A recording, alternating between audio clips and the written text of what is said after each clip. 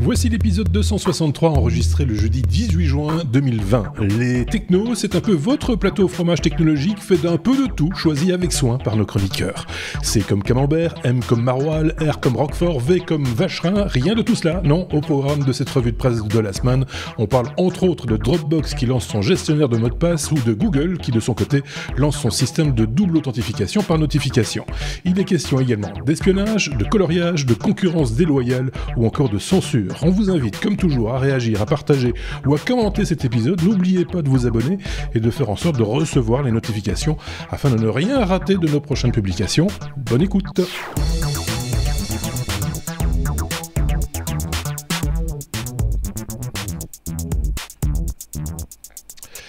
Et cette semaine, nos chroniqueurs sont les suivants. De ce côté, nous avons un Sébastien. De l'autre, nous avons un Xavier. Hello.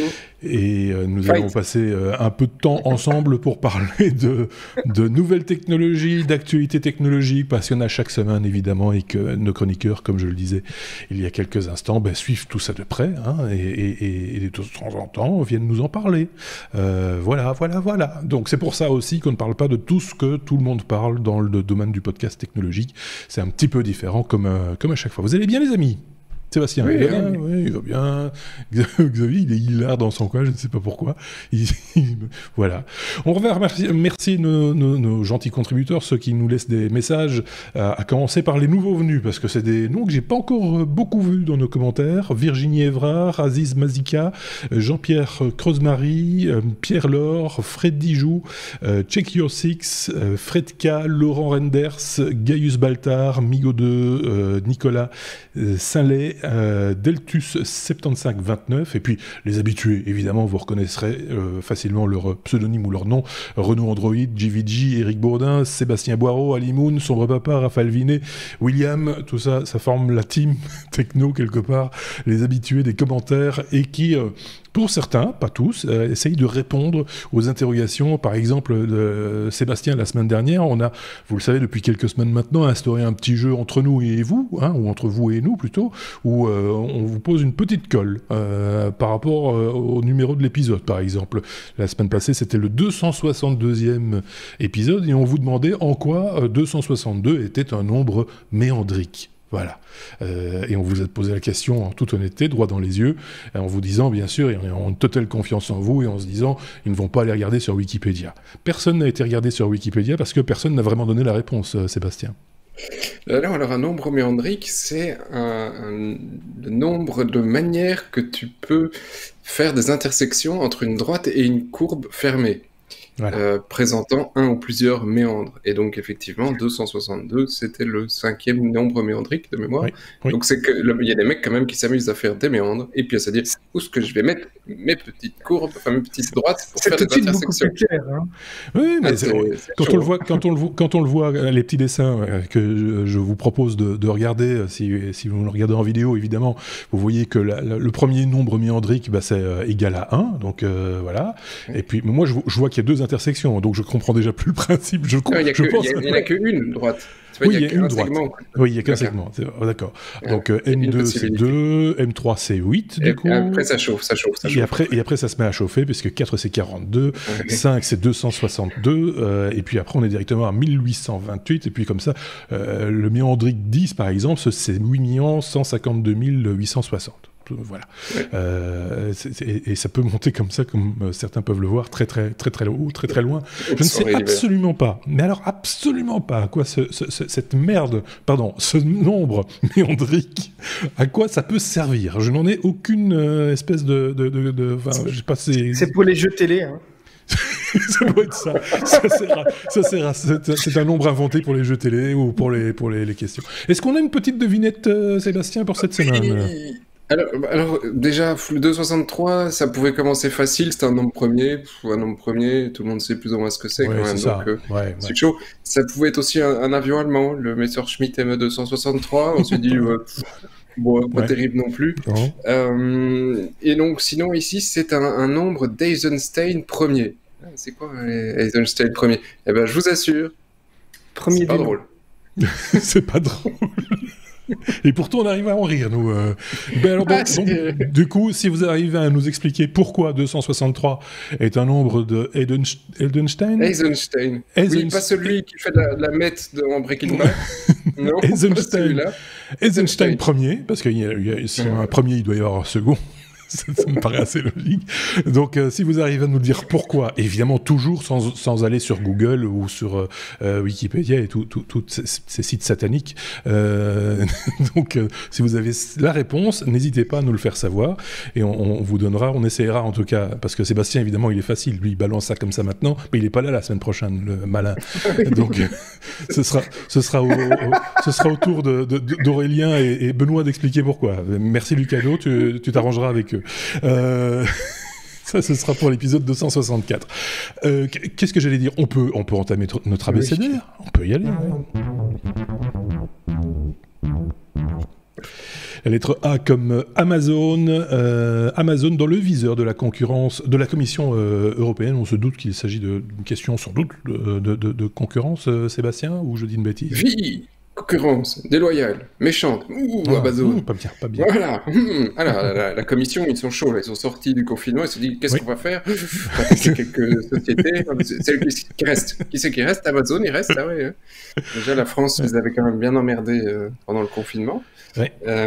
Et ben là, c'est la commission qui dit mais ça fait 2 ans qu'on travaille, 2 ans. Alors, en 2 ans, ils ont trouvé que Amazon faisait des trucs qu'ils considèrent pas top. Mais effectivement, c'est pas top. Ils ont un marketplace. Si vous faites attention, parce que la plupart des gens font pas super attention à ça. Non. On achète sur Amazon. C'est soit vendu par Amazon, parce qu'il a ses petits entrepôts, il vend ses trucs. Soit c'est vendu par Amazon, mais pour un autre vendeur. Et alors parfois, c'est Amazon qui fait la livraison, parce que le petit vendeur, il a amené sa palette et c'est Amazon qui le distribue. Soit c'est le vendeur qui fait la livraison et il reprend juste l'argent d'Amazon. Alors ce que la Commission européenne reproche à Amazon ici, c'est qu'en fait, il fait les deux en même temps. Il dit, Amazon, tu vends des produits, et en même temps, de l'autre côté, tu fais un marketplace, et alors ça déjà, bon, admettons, mais c'est pas top, mais en plus, quand il y en a un qui vend un produit et qui le vend trop bien, tu commences à le vendre aussi, mais moins cher. Ah oui. Il dit donc, profite de tous ces gens qui font tout ton succès, et puis dès qu'ils ont trop de succès, tu dis ouais, mais en fait on va le faire, on va le vendre un petit peu moins cher, et puis bah tant pis pour les autres, quoi. Ouais. Et donc apparemment il y avait en interne des gens qui faisaient des rapports sur les produits les plus intéressants à vendre, que du coup Amazon mettait à son catalogue. Évidemment Amazon dément complètement, donc ce sera à la commission de pouvoir prouver que c'est le cas. Et évidemment à tous les vendeurs lésés, mais voilà, ça c'est le fond du problème. Enfin là, c'est un usager, on va dire. En tout cas, je vais régulièrement voir parce que c'est souvent une façon de vérifier le prix justement d'un produit. Donc, comme beaucoup de monde, je pense, je vais souvent sur Amazon pour regarder ça. Et c'est vrai que des fois, tu as des politiques tarifaires un petit peu particulières. Pour un produit, tu peux avoir 3 prix différents, mais des fois avec des différences de 10-15% de différence. Et quand tu creuses un petit peu, tu te dis, mais comment se fait comment c'est possible ça ? C'est très particulier. Hein. Oui, chacun le vend un peu au prix qu'il veut, mais alors il faut savoir que quand tu mets ton produit sur Amazon et que tu amènes ta petite palette, tu dois payer en plus le stockage chez eux, donc ça n'est pas gracieux. Ouais. Et puis tu as les petits gars, donc les chargés de clientèle d'Amazon, qui t'appellent de temps en temps en disant « Ouais, ton truc là que tu vends à 20 €, j'en ai 2 palettes, si tu veux, lundi, c'est tout vidé, on te le baisse un tout petit peu. Et donc et tu le mets à 19, il va être premier, et tu vas tout le vider. Et le pire, c'est que ça marche. Donc en 2 jours ou en 3 jours, ils te vident des palettes de produits de manière assez incroyable. Donc ils ont aujourd'hui beaucoup trop de pouvoir. Ouais. Il y a aussi le fait qu'après un certain temps, si ton produit n'est pas vendu, Amazon commence à te facturer les frais de stockage et augmente ça progressivement. À un moment, ça devient même gênant au point que certains produits qui ne sont pas vendus sont même jetés. Ils passent au pilon parce que ça coûte moins cher de les passer au pilon que de les récupérer ou de les stocker. C'est totalement à mon avis, contre-productif et ça, enfin voilà, c'est vraiment complètement idiot. Mais c'est vrai qu'il y avait déjà, je trouvais un biais, il y a toujours eu un biais avec ce qui est Amazon Prime, donc ce sur quoi vous ne payez pas si vous vous êtes Amazon Prime, vous ne payez pas les frais de port, etc. Ça crée déjà aussi des distensions entre les différents fournisseurs. Hein. Enfin, ça, tout le monde peut le voir, je pense. Tout le monde peut le constater. Donc, je rappelle le principe. Amazon Prime, vous payez une petite somme tous les ans et vous ne payez pas. Vous êtes livré en, soit disant, tous les mois. Ou tous les mois, oui. Et vous êtes livré plus rapidement, normalement. Quoique quand on est en Belgique, plus rapidement, ça ne veut pas dire grand-chose. Et en plus, vous ne payez pas les frais de port sur ce que vous achetez à ce moment-là. Donc, bizarre. Oui, ça risque d'évoluer, hein, parce que la politique des frais de port, avec la crise qu'on vient de subir, est en pleine remise en question sur pas mal de points, parce que tout le monde est saturé. Les vendeurs, enfin les transporteurs qui le faisaient au plus bas coût, ben non, ceux-là, ça nous intéresse plus, et donc ils reprennent les colis qui les rapportent le plus. Donc ça commence à devenir un peu plus délicat. Aujourd'hui, clairement, quand tu prends un truc qui te coûte 5 € sur Amazon, que c'est livré le lendemain chez toi, économiquement, c'est pas logique. Tu vois, il est aussi à 5 € au bout de la rue. J'avais qu'à bouger mes fesses, ou si je l'achète en ligne, il va coûter au moins plus cher pour justifier cette livraison. Une fois de plus, sans vouloir faire la morale à personne, chacun fait un peu ce qu'il veut, hein, mais c'est vrai que réfléchissez à 2 fois avant d'acheter un truc sur Amazon. Si ça se trouve, c'est dans votre magasin, pas loin de chez vous, et voilà, ce sera certainement meilleur pour la planète et pour l'économie, peut-être aussi du petit commerçant qui est près de chez vous, par la même occasion. Donc voilà, si vraiment vous ne pouvez pas vous déplacer, etc., là je peux comprendre, hein, ces services existent pour une très très bonne raison, ou pour plusieurs très bonnes raisons, mais en même temps, voilà, il y a d'autres possibilités aussi, donc on n'est pas cloisonné à ça, et il faut un peu réfléchir aussi à ce qu'on fait. Voilà, je ne veux quand même pas non plus tirer sur l'ambulance. À côté de ça, ils ont une plateforme logistique qui est incroyable. Si Amazon se concentre sur la plateforme logistique pour en faire profiter les tiers, parce qu'il y a plein de gens, plein de petits commerçants ou de producteurs qui n'ont peut-être pas forcément l'occasion ni l'envie, parce que c'est chiant, la logistique, de le faire. C'est un service qui est incroyable, mais voilà, il faut que ce soit réglo pour tout le monde. Ouais. Et effectivement, on aura certainement l'occasion d'en reparler, peut-être pas dans les épisodes qui viennent, mais peut-être à la rentrée, je ne sais pas, de ce problème justement de logistique et de transport, parce qu'il y a de plus en plus d'e-commerce, on l'a vu, ça a explosé en plus pendant le confinement, donc il y a de plus en plus de transport. Ils tirent tous la langue parce qu'ils n'ont pas le personnel qu'il faut nécessairement, ils n'ont pas nécessairement tous les moyens qu'il faut, et en plus il y a cette problématique sur certains produits de retour, parce qu'il y a l'aller, mais également le retour. Je pense à des magasins d'e-commerce en vêtements ou en chaussures par exemple. Il faut savoir qu'il y a des gens qui ont pris cette habitude de commander en 3 versions, d'essayer et de renvoyer les 2 versions qui ne leur vont pas. Donc il y a un double transport. C'est complètement, on est dans la démesure totale, quoi. Ça pose des problèmes.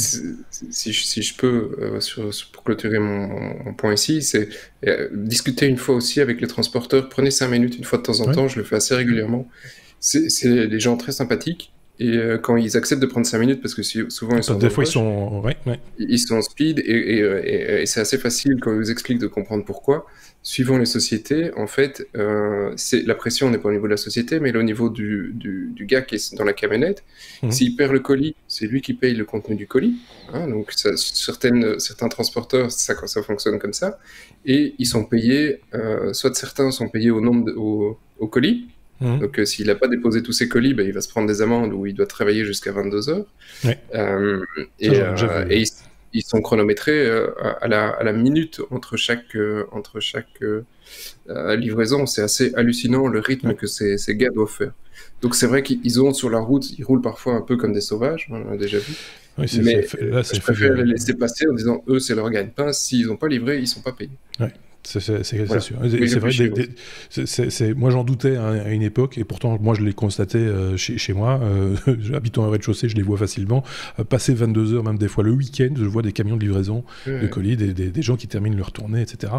Donc les gens ne sont pas des machines, ça reste des êtres humains, soyez-en conscients et réfléchissez-y. Voilà, et prenez 2 minutes de temps en temps. Et prenez 2 minutes. Ça fait offrez-leur un café, peut-être pas à 23h. Nous on leur ferait une bouteille de vin à la fin de l'année. Tu vois, c'est sympa. C'est comme ça, ils vont toujours les mêmes. Beaucoup mieux après. Bon, on passe à la suite. La lettre A comme Apple cette fois. Apple qui serait donc anticoncurrentiel. Tiens, j'ai l'impression d'avoir déjà vu cette news quelque part. Qu'est-ce que c'est que cette histoire ? Alors, c'est la Commission européenne, ils se sont un peu embêtés pendant la crise. Oui, c'est ça. Et donc, ils ont dit chez eux, allez, qu'est-ce qu'on va faire? Il y a la société qui s'en sort bien. Alors là, Amazon, c'est fait. Apple. Et donc, ils s'en sortent deuxième pour le moment. En fait, c'est les GAFA, mais en ordre alphabétique. C'est ça. Donc, ils le font un par un. Alors, Apple, alors celui-là, il allait venir, quoi. Franchement, on le sentait venir à des kilomètres. Et ils se font attaquer pour 2 points. Le premier, c'est la concurrence, position dominante sur la musique. C'est vrai que la musique en ligne sur leur plateforme, t'as pas beaucoup le choix. Donc Spotify, là, il dit c'est pas cool. Ok, c'est pas cool, effectivement. Ça, c'est le premier. Et le deuxième, c'est tout ce qui est Apple Pay. Donc en fait, aujourd'hui, quand tu prends un téléphone Android, tu as la liberté d'accéder au capteur NFC comme tu veux. C'est-à-dire qu'en tant que développeur, je peux prendre une application, scanner un tag NFC, j'ai l'information brute de décoffrage. Dans le sens inverse, je veux émuler un tag NFC pour dire passer une information dans l'autre sens, un terminal de paiement pour dire je suis le téléphone machin, je signe, etc. Pas de problème, c'est libre, tu fais ce que tu veux avec ton téléphone, tous les développeurs ont le droit de faire ça. Sur la plateforme Apple, tu peux pas. Tu peux lire un tag, si ça va bien, mais émuler un tag pour passer une information du téléphone vers un terminal, il n'y a qu'une seule application qui est autorisée par Apple de le faire, Apple Pay. Ah oui. Alors ils avaient perdu un procès déjà en Allemagne là-dessus, et la commission dit en fait c'est quand même pas juste qu'ils imposent à tout le secteur de passer par eux, parce qu'il n'y a que eux qui peuvent le faire. Donc ça, je trouve, ça pouvait venir que inévitablement un retour de bâton, c'était indispensable. Ça permettra de faire venir, si ça passe, plein d'applications sur iOS qui sont aujourd'hui impossibles de par ça. Et alors la réponse d'Apple est assez cinglante. Ils ont réagi dans un communiqué. Alors je vous lis la phrase parce que franchement c'est exceptionnel. Il est décevant que la Commission européenne avance des plaintes infondées de la part d'une poignée d'entreprises qui veulent simplement profiter de la situation sans payer, ni jouer selon les règles les mêmes règles que le reste du monde. Nous ne pensons pas que ce soit juste. Nous voulons maintenir des conditions de concurrence équitables où toute personne déterminée ayant une idée prometteuse peut prospérer. Alors là, dans le genre, on fait un gros doigt d'honneur et avec un ton condescendant mais exceptionnel. Ah oui. Rien que le communiqué, ça vaut l'Oscar du communiqué le plus moqueur et le plus pourri de la vie. Bon, ceci étant dit, il faut être très clair, c'est pas Tim Cook qui écrit les communiqués, hein, c'est des avocats, c'est des équipes, machin, et peut-être qu'ils sont tombés sur quelqu'un qui était confiné depuis trop longtemps, qui en avait aussi gros sur la patate, tu vois, qui dit, bon, c'est comme ça, j'y vais, allez, hop, tu vois, ça n'a pas aidé, hein, cette histoire. Ah ça, là, il était vénère, hein, le monsieur. Ils sont tous vénères. Il est temps que ça va beaucoup trop loin, tout ça. Libérer le NFC. Libérer le NFC, oui. C'est. Donc voilà, encore une affaire de plus à s'ils ne sont pas condamnés, je sais pas. Ben oui, enfin là. Front de libération du NFC. Front de libération. Donc, si vous avez une opinion sur cette question, si vous pensez qu'Apple va s'en sortir ce coup-ci, n'hésitez pas à laisser un petit commentaire. Hein, pareil dans l'autre sens, hein, parce que sinon on risque d'avoir très peu de commentaires sur ce coup-là. Mais donc, n'hésitez pas à commenter cette news une fois de plus. Comme d'habitude, on vous met le lien dans la description de cette vidéo ou dans notre blog, lestechno.be. Comme à chaque fois d'ailleurs, on vous met les sources qui nous ont servi à alimenter cet épisode. On passe à la suite. Comme aviation, on a commencé par parler de Messerschmitt il y a quelques instants.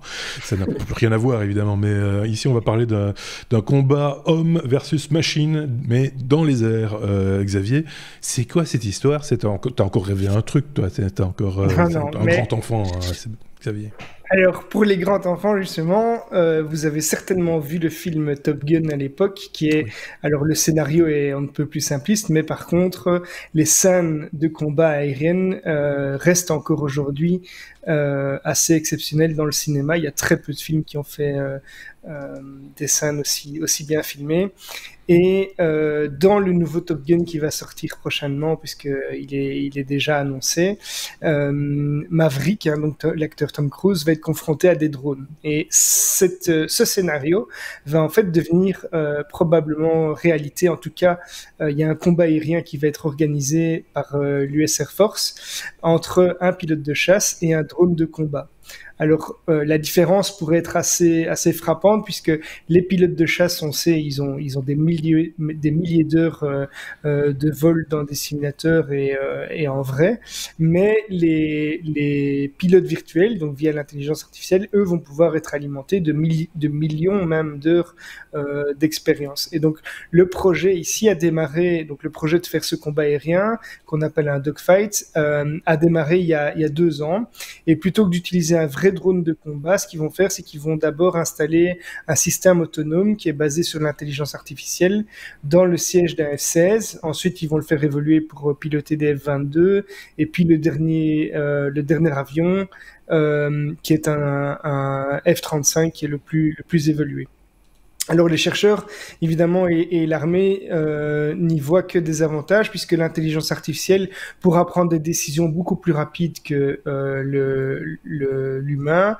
Ils vont pouvoir gérer des tas de données en temps réel. Ils vont pouvoir ne pas subir les contraintes physiques, émotionnelles, ne pas avoir besoin de blindage, donc on va pouvoir faire des avions beaucoup plus légers, il n'y aura pas de siège éjectable par exemple, et donc beaucoup plus performants. Et ils envisagent de faire voler même ces avions en formation, guidés par un humain, avec un projet qu'ils appellent, pas Skynet, mais Skyborg.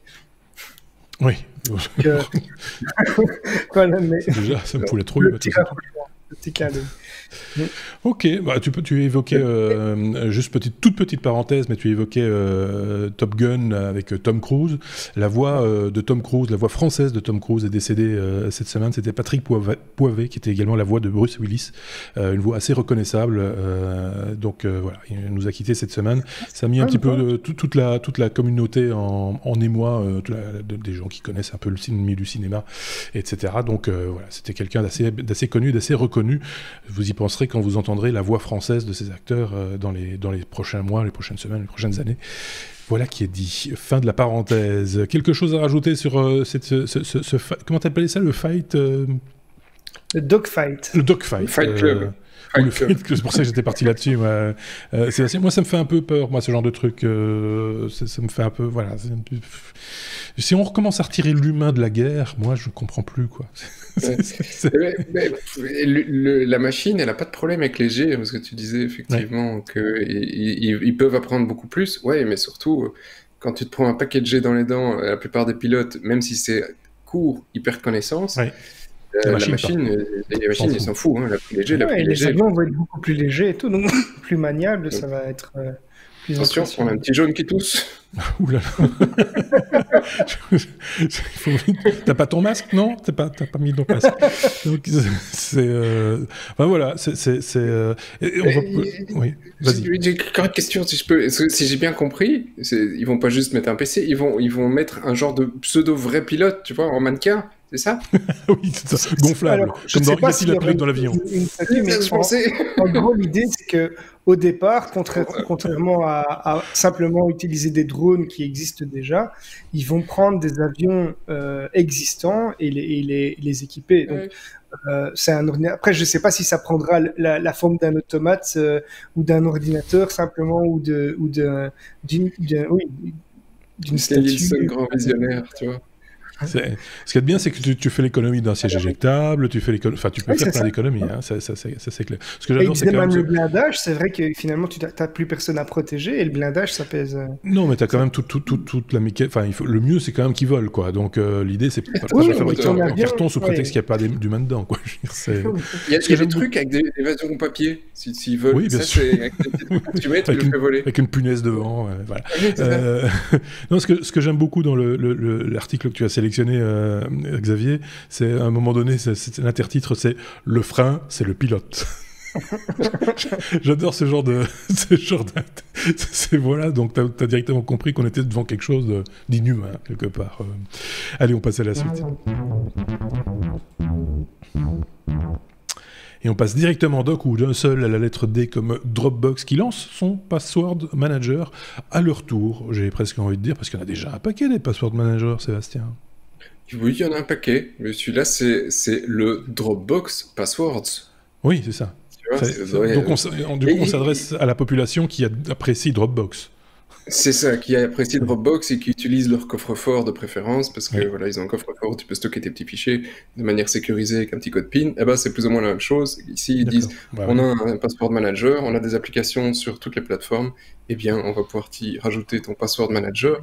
Et petit avantage par rapport à tous les autres, c'est toujours encrypté et tout bazar, tu ne devras pas introduire un password supplémentaire pour pouvoir rentrer dedans, parce qu'ils disent, c'est notre techno, c'est déjà crypté, t'es déjà identifié, tu peux y aller pépé. C'est dans ton coffre. Donc, ils ont l'air d'avoir trouvé un truc un peu plus simpliste pour l'utiliser, tout en assurant une complète protection du truc. Il n'y a pas grand-chose à dire. Il vient d'arriver sur les stores. Il y a un autre plan que Dropbox va lancer qui est assez intéressant, mais je trouve que ça fait longtemps qu'ils auraient dû le lancer. Parce qu'en même temps, ils annoncent qu'ils vont avoir un plan famille. Donc pour le moment, tu avais ton Dropbox pour toi tout seul, ton Dropbox entreprise qui coûte un avion de chasse, sans pilote. Et donc, maintenant, si tu as une famille, parce qu'ils se sont rendus compte qu'il y a des gens qui habitaient à plusieurs dans une maison, bien, tu vas pouvoir avoir un compte et le partager à plusieurs, tout en utilisant le même quota. Donc voilà, tu pourras faire partager ça avec tes petits-enfants si tu en as envie, ou ta femme, parce que tu peux aussi avoir une femme à la maison. Oh mon Dieu, partager des choses avec ta femme. Ton compte Dropbox, je sais pas si je le fais. Pas certain que tout le monde veuille partager ses mots de passe avec sa femme. Hein, mais... Oui, c'est ça. Son Dropbox, encore moins, surtout son coffre-fort. Oui, en plus, ça synchronise toutes tes photos, c'est chaud, tu vois. Oui, c'est ça. Ça peut, si ça se trouve, un jour, tu auras un procès, on dira « Ah, mais Dropbox a dit que... » Et boum, voilà, divorcé. Oui, personnellement, je suis vraiment pas fan de l'idée de synchroniser tous mes mots de passe avec une application comme celle-là. Je préfère faire ça moi-même avec mon Asperso. Mais surtout, est-ce qu'ils ont changé leur politique? Alors, il faut détacher les mots. C'est ton Asperso. Parce que mon Asperso, ça veut rien dire. Mon Asperso. Je sais pas. C'est quoi?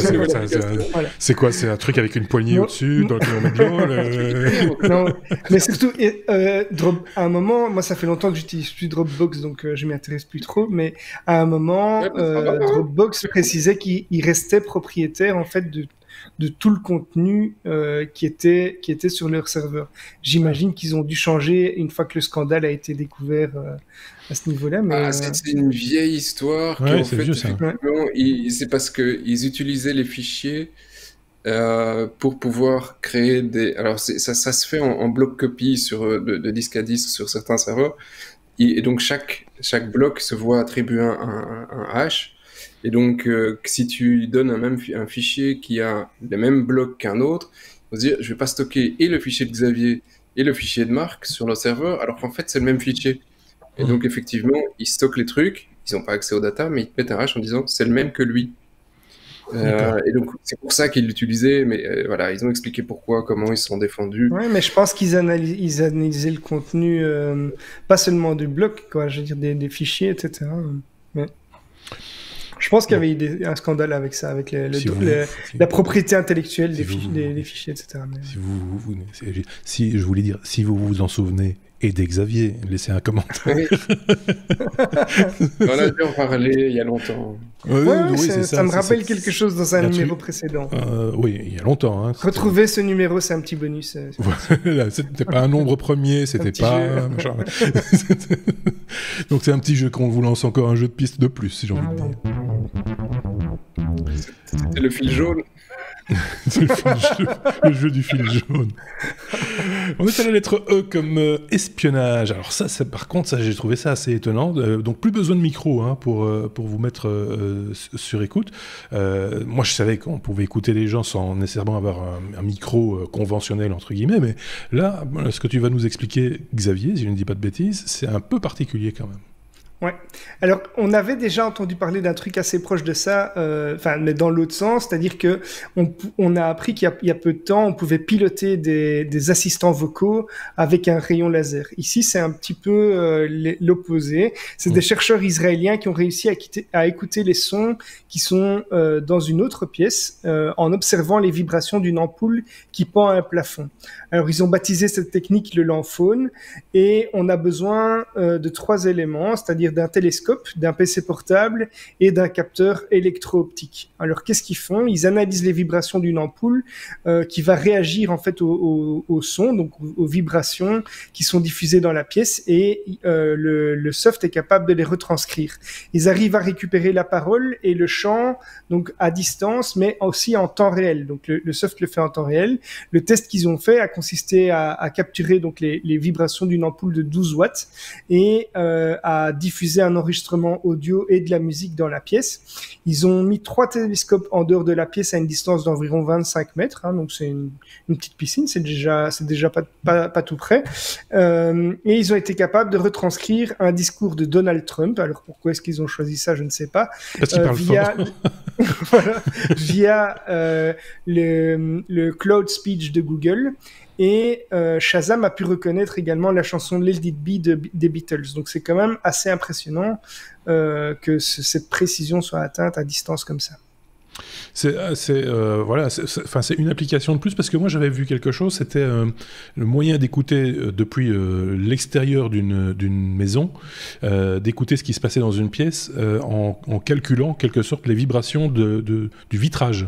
Donc si vous êtes dans une pièce qui est fermée, que vous exprimez dans cette pièce, forcément il y a des éléments qui vont vibrer. Le seul élément qui donne sur la rue étant la vitre. Il y avait moyen comme ça de capter en tout cas les vibrations qui se produisent à l'intérieur de la pièce, dont la parole, et d'ainsi écouter ce qui s'y disait. Voilà. Moi c'est ça que j'avais entendu. Sébastien, pardon. Oui, alors donc nous allons offrir à Marc, si vous voulez bien vous cotiser, des briques, parce que chez moi il y a aussi des briques autour des fenêtres, il n'y a pas que des fenêtres à la rue. Apparemment, Marc n'a que des fenêtres. Donc mais sans déconner, t'as du simple vitrage. T'es déjà venu chez moi, il y a très très peu de vitres à mon niveau. Hein, c'est pour ça que les volets sont fermés tout le temps, c'est pour pas qu'on écoute. Hein. Donc voilà. C'est pour pas qu'on voit ce que tu dis. C'est pour ça que c'est pour pas qu'on voit ce que je dis. Et donc il y a on vous mettra évidemment la petite vidéo de présentation du concept, etc. Sur le marcaton. On va ouvrir le marcaton. Offrez-moi des briques. J'en ai marre qu'on m'écoute tout le temps. Donc voilà, de l'espionnage à l'état pur. Maintenant qu'on sait que tout le monde va démonter, ou alors on va éteindre la lumière quand on se met à parler de trucs importants. Ce serait une solution aussi. Bon, allez, je passe à la suite. Ouvrir la vitre. Oui. La lettre G, comme Google, tiens, bah oui, on n'a pas encore fait Google. Quoi, encore un truc de la Commission européenne ou double authentification. Ça, c'est le nouveau truc à la mode. Enfin, c'est pas nouveau, mais la double authentification, ça, c'est une chose. C'est compliqué, hein. Oh, mais tu te rends pas compte des journées. Il se rend pas compte des journées qu'on a, Sébastien. Il est fou. Double authentification, Google qui invite à passer aux notifications. C'est ça. Dès le mois prochain, donc le 7 juillet, Google va pousser ses utilisateurs à abandonner la double authentification via un numéro de téléphone ou un SMS et donc à utiliser le système de notification qu'ils jugent plus sûr. La notif, en fait, elle va se présenter sous forme d'un message assez court qui donne des indications, par exemple comme valider un nombre qui est affiché à l'écran et on va pouvoir comme ça débloquer les comptes ou accéder à son email ou autre. Ça va d'abord concerner les utilisateurs de Google Suite et puis seulement les comptes perso. Et l'idée, c'est qu'ils veulent donc utiliser l'identification de l'appareil plutôt, donc l'appareil, la tablette, le smartphone ou l'ordi, plutôt qu'un numéro de téléphone qui peut être plus facilement compromis. On sait qu'il y a des techniques pour récupérer, copier des cartes SIM, des choses comme ça. Donc voilà, c'est pour eux, c'est beaucoup plus sûr, même que la clé d'authentification matérielle. Alors, ce sera valable pour Android, mais aussi pour iOS si vous avez l'application Google ou Gmail qui est installée sur l'iPhone du coup. C'est un peu ce que fait déjà Apple, hein, non? Il me semble qu'ils ont une solution comme ça aussi qui de double. Ah mais c'est pas nouveau du tout, hein. C'est juste que ici ils vont pas l'imposer, mais ils vont vraiment pousser à l'utilisation de ce truc-là. Est-ce que tu trouves ça plus sécure, Sébastien? Avis de Sébastien, toujours intéressant. Non, mais est-ce que c'est mieux ça que le SMS? Le numéro de téléphone, ouais, plus sécure que le SMS, oui, sans hésiter. Ouais, voilà. Plus sécure que la double authentification avec, comme ils font avec un OTP, donc un one-time password, avec Google Authentificator. Oui aussi, finalement, parce que le truc, même si c'est sécurisé, oui, c'est plus facile. Et puis, on a déjà expliqué ça par le passé, c'est le truc reste sur le serveur. Si le serveur est compromis, vous l'avez dans l'os. Donc, oui, ma foi, tout ce qui permet de simplifier une authentification sécure pour le commun des mortels, ça reste une bonne idée, parce que c'est chiant. Oui. Donc si on peut arriver demain à une vie sans mot de passe, ce sera certainement plus sécure. Oui. Et c'est plus pratique que de recopier un numéro attendre qu'on voit un numéro qui s'affiche, on doit le taper dans un certain temps, etc. Là, on a une notif, on a une question, par exemple, je vois un numéro à l'écran, est-ce que c'est bien le même numéro? Vous dites oui et c'est fait, vous êtes authentifié, quoi. Donc c'est cool. Ils viennent d'inventer le pairage Bluetooth. Le pairage Bluetooth aussi, oui. C'est ça. Est-ce qu'on n'en ferait pas une application de tracing? Tant qu'à faire, hein. C'est moi ou il a éternué aussi? Encore, il n'arrête pas. Mais j'ai le rhume des foins. Ouais, c'est pour le moment, c'est... Tu diras ça à l'hôpital. Ouais, le foin 19, il a...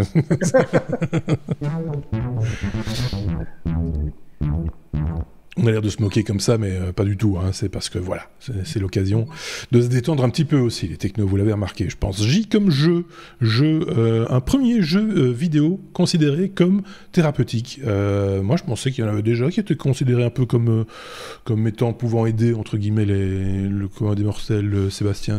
Oui, certainement. Hein. Doom, si tu as envie de te délasser parce que tes voisins ont été un peu chiants, ou ton boss, etc., mais ça peut pas être prescrit. Ici, le jeu, c'est le premier jeu, si on parle des États-Unis, hein, oui. C'est le premier jeu qui a reçu une approbation de la FDA, donc la Food and Drug Administration, qui dit ceci est un médicament, qui dit ce jeu est un médicament. Okay. Donc tu peux aller chez ton médecin et ressortir avec une prescription pour ton gosse, parce que c'est pour les enfants. Tu sors avec une PS5. Il va jouer aux jeux vidéo. Une PlayStation, il va jouer aux jeux vidéo. Tu vois, donc c'est quand même assez exceptionnel, c'est drôle et en même temps c'est très chouette parce que c'est une vue un petit peu différente pour soigner les enfants qui ont des problèmes, des troubles de l'attention. Okay. Donc voilà, aujourd'hui on a plutôt tendance à dire médicaments, hein, et donc ou plein d'autres thérapies, mais en général c'est pas spécialement le trip sympa pour le gosse.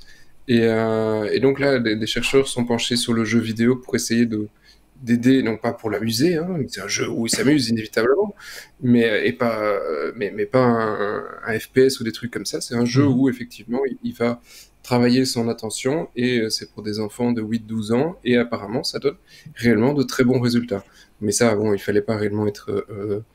un grand scientifique pour savoir que le jeu vidéo peut aussi être quelque chose de positif pour les enfants, à petite dose. Il n'est pas question de jouer 5 heures par jour et de ne faire plus que ça et de ne plus dormir, mais ici, voilà, c'est la première fois, je trouve ça assez sympathique que l'industrie reçoive cette première étiquette de dire, ok, le jeu vidéo va être enfin utilisé aussi pour du positif dans le médical.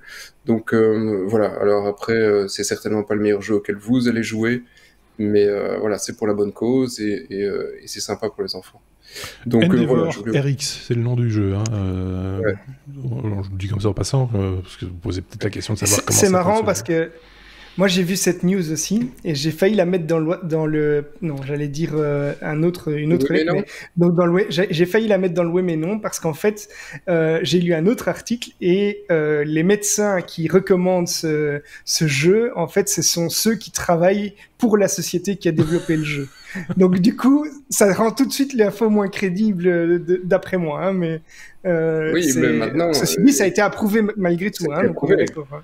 Ouais. Oui, c'est ça. Après, c'est pas rigolo. Hein. Mais bon, l'étude qui a servi à ça a été faite par oui, mais enfin, ça c'est pas totalement. Par, on peut comprendre qu'à un moment donné, parce que s'ils le font pas eux-mêmes, personne ne le fera probablement pour eux.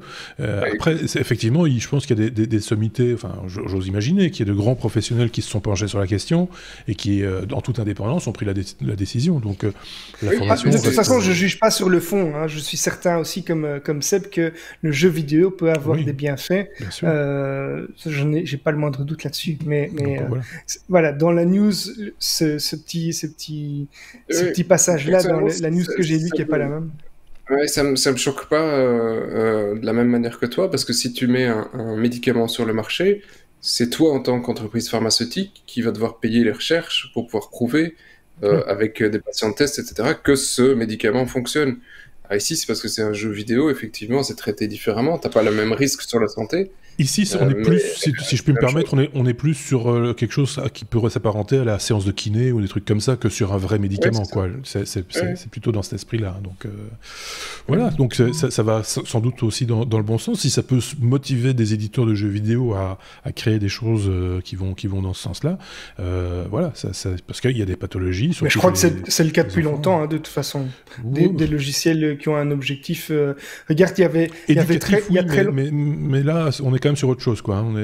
Non, mais même dans le thérapeutique, il y avait, il y a tout un temps, il y a eu un jeu comme ça sur, je crois que c'était Nintendo NES, je sais plus comment ça s'appelle, la console portable, pas la Game Boy, mais c'était la PSP. Non, c'était de Nintendo, mais de Nintendo, mais DS, voilà. 3DS. On va y arriver. Il y avait un jeu dont le titre c'était le docteur machin qui entraîne votre cerveau, etc. Et donc ça fait quand même déjà un petit temps qu'on sort sur cette vague-là, même si ce ne sont pas les jeux les plus connus. C'est possible, un jeu qui entraîne le cerveau en gros avec plein d'exercices. Avec du yaourt et tout. Et qui a fait un succès fou chez les personnes âgées notamment. Voilà, Kawashima, c'était pas loin, Kawashima.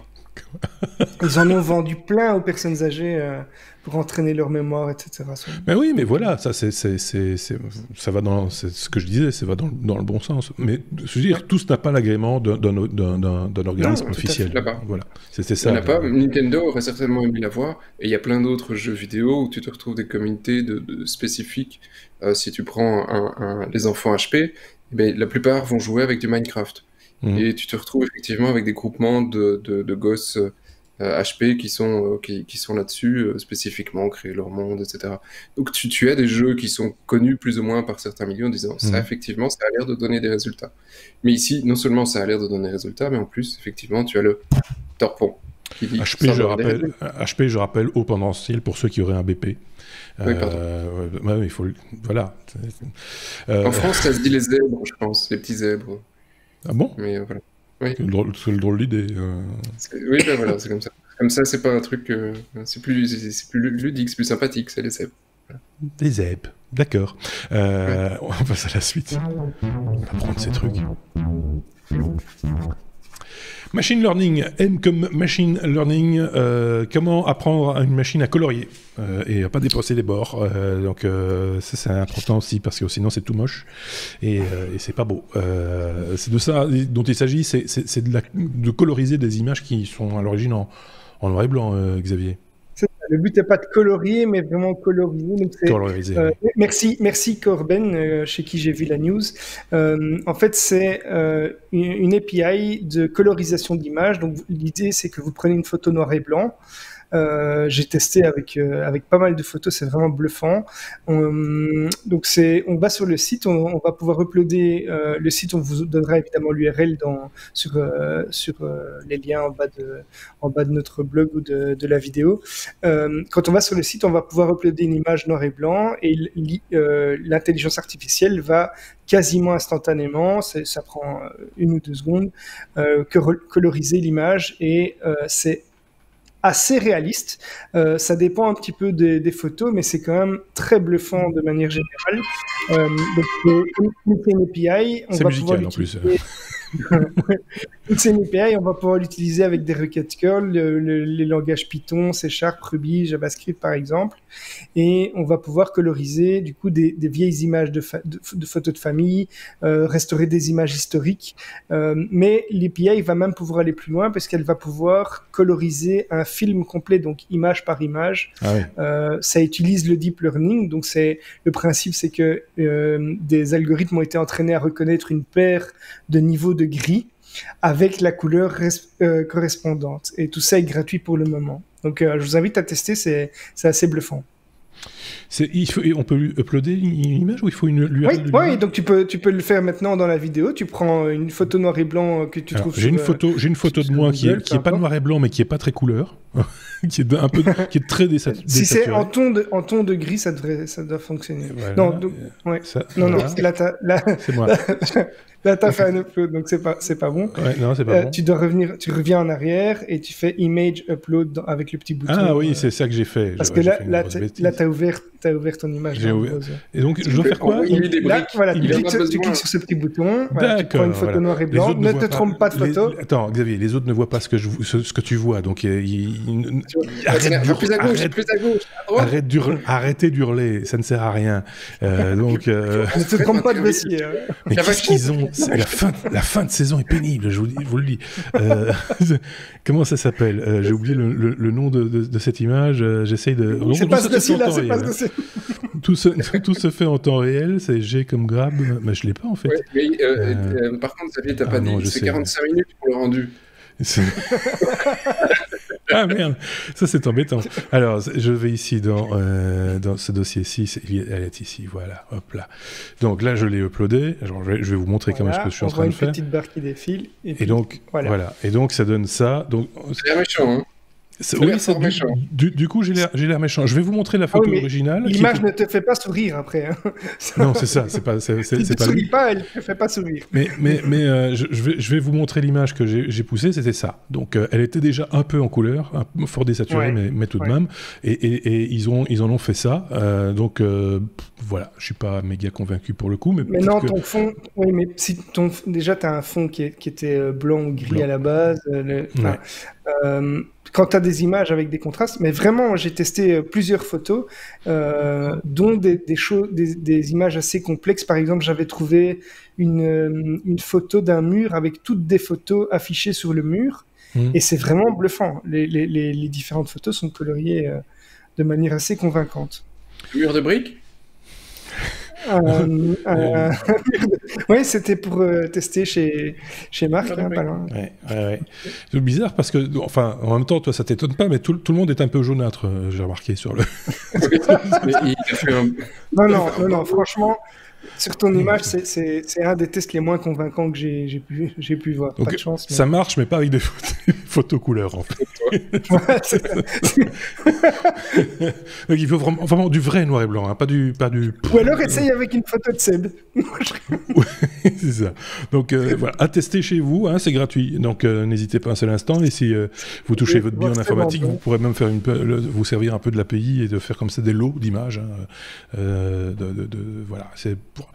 T'en penses quoi? C'est utile ou pas utile?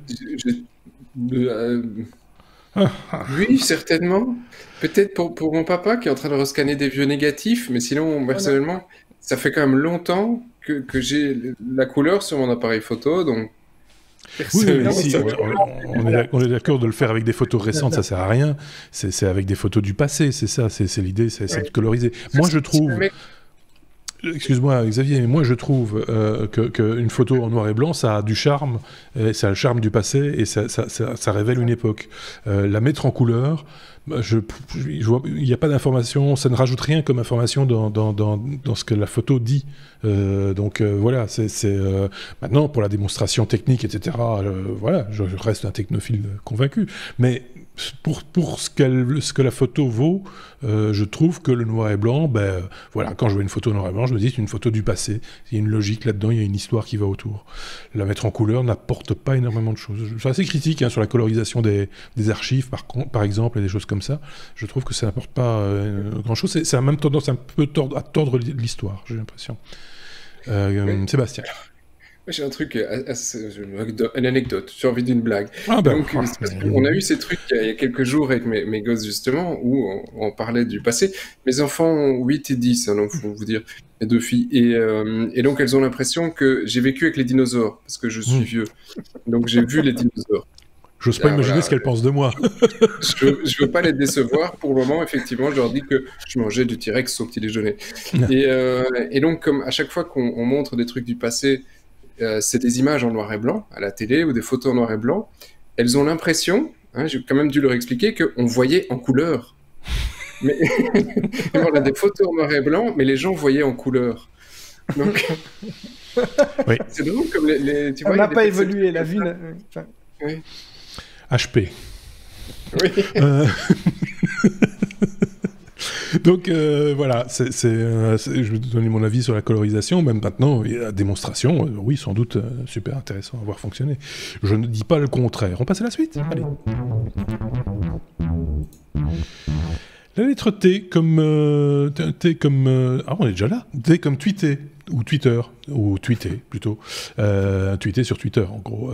C'est une nouvelle fonctionnalité que Tweet nous propose tout dernièrement. Hein, pas encore chez tout le monde, je pense, c'est en cours de déploiement. C'est une fonctionnalité plutôt inattendue, Xavier. Oui, donc voilà, Twitter avait déjà mis les photos, les vidéos, les GIFs, ils avaient retiré la limite des 140 caractères. Maintenant, ils ont apporté une nouvelle fonctionnalité qui n'était pas la plus attendue et qui est même plutôt inattendue, c'est de pouvoir enregistrer un extrait vocal ou audio, tout simplement, d'une durée de 140 secondes. Donc, on va pouvoir faire, l'avantage, c'est qu'on va quand même pouvoir faire une pause pour compiler différents extraits pour agrémenter les 280 caractères qui sont la limite actuelle pour un tweet. Si on dépasse 140 secondes, Twitter va créer un fil pour compiler ces messages vocaux, donc on n'est pas réellement limité à 140 secondes. Et visuellement, en fait, on voit la photo de profil avec un petit effet de lumière qui grandit et rétrécit pour donner l'impression de parler ou de voir cet extrait audio. C'est ce qui fait un petit peu de bruit pour le moment, c'est que c'est dispo uniquement sur iOS. Alors, il y a eu tout un tas de réactions un peu banales là-dessus sur le fait que Twitter n'aime pas Android, qu'on peut faire ça mais qu'on peut pas encore modifier ces tweets. Donc, en gros, ils disent que c'est vraiment pas la fonction la plus utile. Il y a tout un tas d'autres fonctions qui auraient été plus utiles et attendues avant. Mais donc voilà, c'est là une petite nouveauté sur Twitter. J'avais vu une réaction de podcasteurs français, le podcast Pim Pam Poum, qui disait ça va enfin flinguer ces putains de podcasts. En gros, c'était ça l'idée. Parce que c'est vrai que c'est un mode de communication. Le son, on en fait nous-mêmes depuis assez longtemps pour le savoir. C'est un mode de communication qui peut avoir une portée différente qu'un texte, qu'une photo, ou même qu'une vidéo. Faut voir comment ça va être perçu. Mais c'est vrai qu'avec la popularité grandissante des podcasts, les gens ont peut-être une approche du son un peu différente aujourd'hui qu'elle ne l'était il y a encore un an ou deux, quoi. Je sais pas. Le problème, c'est que ce format du tweet, c'était un format écrit, et il y a tout un tas de médias qui se basent donc sur cet écrit pour pouvoir l'afficher. Donc, on voit ça pour commenter des émissions à la télé, des événements, en live comme des concerts ou autres. On a souvent des panneaux qui affichent les tweets qui passent en cours, et du coup, là, ça n'aura plus aucun sens, quoi. Donc, c'est pour ça que c'est pas forcément l'endroit où c'était le plus attendu, quoi. Ça ne va pas remplacer tout langage écrit, hein. Ça ne sera jamais le cas. Donc, je pense qu'il restera toujours, c'est les fameux tweets dont tu parles qui sont un peu pris en exemple dans la presse ou à la télévision, etc. Ça me semble assez logique. Maintenant, l'audio, tu pourrais dire la même chose avec l'audio en disant, peut-être que les radios vont mettre en avant des tweets audio, tu vois, je dis n'importe quoi, mais c'est pourquoi pas, finalement. Oui, certainement, c'est sûr. Tiens, écoutez ce qu'a tweeté Donald, boum, voilà, et on a le son, il est disponible, voilà. Je sais pas, c'est habillé pas de... Oui. Si, mais il y a 2 points là-dessus sur le tweet, l'audio sur le tweet que je trouve quand même vachement intéressant. C'est d'abord quand je lis comme ça des tweets d'une personne ou des messages, à un certain moment, pour moi, il a une voix. Je me crée une voix pour la personne parce qu'il a une personnalité, il écrit des trucs et t'as envie d'entendre la voix de la personne réelle pour savoir qui est derrière. parce que les intonations vont dire quelque chose de plus intéressant. Ça, c'est le deuxième point. Que quand tu l'écris, faire passer une émotion dans un texte, c'est toujours très difficile par écrit. Et le smiley est là pour ajouter de l'émotion, mais ce que tu peux donner dans la voix est beaucoup plus intéressant. Beaucoup plus riche, oui. Donc, c'est un assez bon œil, donc ça ne remplace pas tous les tweets. Non, bien sûr, je pense pas que ce soit le but, hein. Ça devient pas une plateforme audio, quoi. C'est-à-dire, c'est pour ça, il y a d'autres choses, quoi. Il y a TikTok, il y a, tu vois, des trucs comme ça. C'est dans cet esprit-là, je pense qu'il faut le voir. Ça montre la volonté aussi de réunir tous ces, enfin voilà, chaque réseau social veut un petit peu concurrencer les autres, ou en tout cas ne pas se faire manger par les autres, peut-être aussi. Oui, ou apporter quelque chose de différent, comme disait Sébastien, oui, une autre émotion, un autre... voilà. Et puis faut voir comment des voix qui dégagent quelque chose naturellement, où tu te dis, tu aimes écouter cette voix parce que tu aimes la voix, comme certains sont amoureux de ta voix, Marc le disait dans l'épisode de la dernière fois, hein, et donc t'as des voix que tu apprécies d'écouter. 240 secondes, combien encore? C'est 240 secondes. 140 secondes, donc un peu plus de 2 minutes. En 2 minutes, j'allais dire, parce que... et si on dépasse, qu'est-ce qui se passe? Il va y avoir plusieurs posts? Si tu dépasses, en fait, c'est découpé, et il crée un fil de discussion. Donc, en gros, comme si c'était un fil de discussion sur Twitter. Mais voilà, podcast, ça va être un sacré fil, quand même. Ça va être un fameux fil, oui, surtout qu'on est de plus en plus long. Donc, mais la fonctionnalité sympa, comme je disais, c'était que tu peux mettre en pause l'enregistrement et poursuivre. Donc, tu n'es pas obligé de faire un extrait en 140 secondes d'affilée, quoi. On pourrait très bien imaginer qu'un jour je fasse le off, vous savez, le petit podcast coulisses des technos, je le fasse sous cette forme-là, par exemple. J'avais déjà imaginé peut-être de le faire un jour sur Instagram avec un peu d'illustration, puisque quelqu'un a demandé aussi de l'image sur le off. Voilà, on peut tout essayer, quoi. Donc on va essayer de ces trucs comme ça, on va s'amuser pendant l'été, hein, on va faire deux, trois trucs comme ça. Je sais pas ce qu'en pense. C'est court pour les sujets, tu vois, sinon on aurait pu mettre quasi sujet par sujet. Oui, mais 2 minutes, c'est court, hein, parce que là, on est dans les 5-6. Ouh là là, il va falloir qu'ils mettent un peu plus de serveurs. Donc, non, mais là, on est clairement, il faut rédiger son truc. Enfin, il faut un peu le réfléchir, à mon avis, un minimum, quoi, parce qu'en 140 secondes, je vois ce que ça représente, mais c'est un peu compliqué. En même temps, 140 secondes, ça peut paraître long si c'est chiant. Voilà. Donc, on passe à la suite, du coup. C'était une manière détournée de dire qu'on était qu'on était pour le coup un peu long. Z comme Zoom, qui revient une fois de plus au devant de l'affiche. On avait déjà parlé de Zoom durant le confinement, une application, on va dire, qui a pris son envol. Enfin, ça existait déjà avant, mais qui s'est vraiment beaucoup développé à la faveur de quelques apéros en distanciation sociale, par exemple. Et on avait mis en garde certains de nos auditeurs en disant, attention, regardez bien ce que Zoom propose, la sécurité de vos données, etc., etc. On va pas revenir là-dessus, je vous renvoie aux épisodes précédents. Et là, qu'est-ce qu'on apprend? C'est que Zoom se plie assez docilement, on va dire, à certains états. Oui, et j'aime pas. Et donc, voilà, j'aurais pu le mettre dans le ouais mais non, c'est pas un truc positif comme dernier sujet, mais j'ai beaucoup râlé ici, donc c'est dans la veine, et le fait qu'il sac carrément 3 profils de Chinois activistes sur demande du gouvernement chinois, c'est un peu... oui, je trouve ça un petit peu petit. Donc les mecs, effectivement, c'était des comptes sur le mémorial pour l'appeler Tiananmen, des trucs comme ça. Donc, c'est pas la première fois que Zoom se fait épingler sur une connivence un petit peu trop sympathique avec le gouvernement chinois. Ils ont déjà eu un petit démêlé il y a pas longtemps où effectivement pendant un court moment, avec des guillemets, une partie des appels étaient routés vers la Chine, donc c'est très bien, tu vois, c'est comme tu fais un appel avec ton ami, et en un coup, ta conversation, elle est écoutée par le gouvernement chinois, t'en as pas spécialement conscience, t'en as pas spécialement envie, et ils disaient évidemment c'était une erreur de leur part, parce que tout le monde sait que envoyer sa bande passante vers la Chine, ça coûte moins cher, ou pas. Donc, c'est deux coïncidences assez étonnantes. Alors c'est vrai que tu as pas mal de boîtes technologiques qui ont tendance à fermer un peu les yeux sur ce qui se passe en Chine, parce que sinon, simplement, on leur coupe le territoire. Ouais. Et donc, ils sont tous passés, hein, que les Google, les Apple, etc. Ils ont tous fait des coups de canif dans leur contrat pour arriver à passer, pour des raisons commerciales. Et pour certains, ils ont fini par ne plus accepter, et donc ils sont simplement et purement bannis du territoire chinois. Voilà, il faut accepter que soit tu t'asseyes sur tes principes, soit effectivement tu t'es parti pour tu perds de l'argent. Et ici ils préfèrent l'argent, donc voilà, c'est encore une fois un petit truc en plus à mettre à l'épingle de Zoom. C'est pas génial.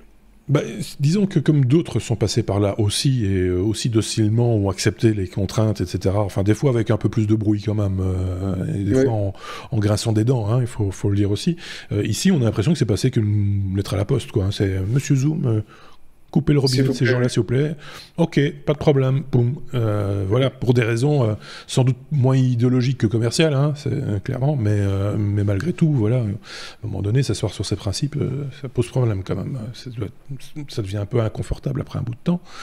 Donc voilà. Donc moi, je trouvais que le bilan Zoom était déjà pas top. Par rapport à ce qu'on avait dit précédemment, hein, je le trouve encore moins top aujourd'hui. Ça n'aide pas, en tout cas. Ça n'aide pas. Et c'est dommage, parce que finalement, l'outil, il est pas si dégueu. Ils ont des fonctionnalités qui sont top, mais voilà, c'est... On a même pensé à un moment donné l'utiliser dans les technos, mais c'est de moins en moins sûr. Mais voilà, c'est vrai qu'ils ont des fonctionnalités, c'est bien pensé, leur truc est bien fait, il y a rien à dire là-dessus. C'est pas, voilà, on les a pas traités d'imbéciles. Mais il y a des choses qui vont pas, quoi. Voilà. Je pense qu'on a fait le tour de la question pour cet épisode. Je sais pas, on a notre chinois communiste qui a envie de dire quelque chose, parce que tu vois, il est habillé en rouge. Non, après on va me censurer. Je sais pas comment tu veux qu'on fasse ça, mais c'est possible. Hein. Ceci conclut donc le 263e épisode. On rappelle peut-être la question, Sébastien. Oui, le nombre premier d'Eisenstein, pas Einstein, hein, 263. Eisenstein premier. Attention. Eisenstein, pas Eisenhower, Eisenstein premier. Voilà. Donc voilà. C'est donc qu'est-ce donc? Je suis sûr qu'Adrien sait ce que c'est. Oui, non, Aurélien, tu veux dire. Aurélien, oui. Mais si Adrien nous écoute, salut Adrien. Oui, bien sûr. Ça me permet de rappeler. C'est plus qu'est-ce que le schmilblick machin. Oui, j'en suis un peu. J'avoue franchement que j'en suis un petit peu là. Mais ceci étant dit, ça me tend une perche, si j'ose dire. Si vous vous appelez Adrien ou Aurélien ou n'importe comment, c'est pas le plus important, et que vous avez envie de... Pas Sébastien. Pas Sébastien, on en a déjà eu beaucoup, mais si vous avez envie de participer au techno et d'être parmi ces deux zigomards et les autres, évidemment, pour chaque semaine partager avec nos auditeurs le fruit de votre veille technologique, n'hésitez pas à le faire savoir en envoyant un petit mail à équipe@lestechno.be et on se fera une joie de vous auditionner. Alors, et il paraît que je suis lourd, mais si vous êtes blonde à forte poitrine, l'équipe@lestechno.be. Je n'ai rien à rajouter, vous avez noté, il a tout dit. Donc, non mais voilà, à un moment donné, il faut s'incliner. Il a tout dit. Merci beaucoup, Sébastien. Et on se retrouvera durant l'été, évidemment. Ça, c'est clair. Merci également à Xavier. Je dis qu'on se retrouvera pendant l'été parce que la saison se termine tout doucement et que, voilà, nos épisodes ça va être un petit peu bousculé. J'explique tout ça justement dans le off que j'ai publié ce début de semaine, donc n'hésitez pas à aller écouter le off, j'explique tout ce qu'on fait durant l'été, mais on aura certainement l'occasion d'en reparler. Merci donc aussi à Xavier, de bonnes vacances à tous les deux, et on se retrouve très très très très vite évidemment durant les mois de juillet et août pour parler aussi nouvelles technologies encore évidemment. Merci à tous, à très bientôt, au revoir.